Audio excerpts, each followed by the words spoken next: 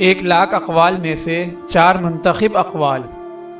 حضرت عبداللہ بن مبارک رحمۃ اللہ علیہ نے بیان فرمایا کہ کسی حکیم نے 1,00,000 حکیمانہ اقوال جمع کیے، پھر ان میں سے 4,000 مقولے منتخب کیے، پھر ان میں سے 400 اقوال نکالے، پھر ان میں سے 40 مقولے اختیار کیے، پھر ان میں سے 4 قول چنے جو کہ درج ذیل ہیں، یعنی 1,00,000 اقوال زریں کا جوہر۔